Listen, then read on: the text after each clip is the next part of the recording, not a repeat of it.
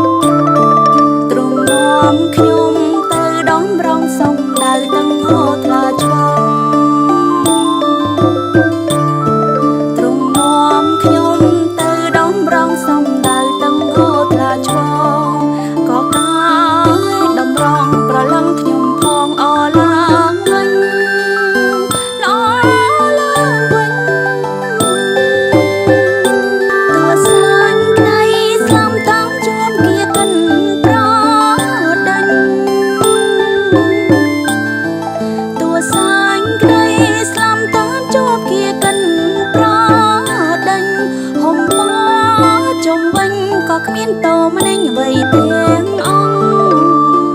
អ្វីទាំងទ្រង់គង់ជាមួយជួយដល់ទុំព្រួយមិនឲ្យមានគ្រូទ្រង់គង់ជាមួយជួយដល់ទុំព្រួយមិនឲ្យមានគ្រូទ្រង់ជួ